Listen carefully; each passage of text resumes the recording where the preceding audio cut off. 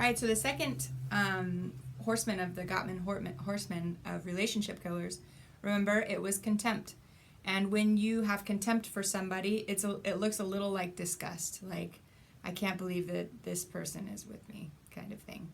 You have a sense of superiority over them and that you are better than them. So the way that they say is the antidote for contempt is to build a culture of appreciation for the other person and a sense of gratitude. This might be difficult in a relationship that has gotten way past the point of return.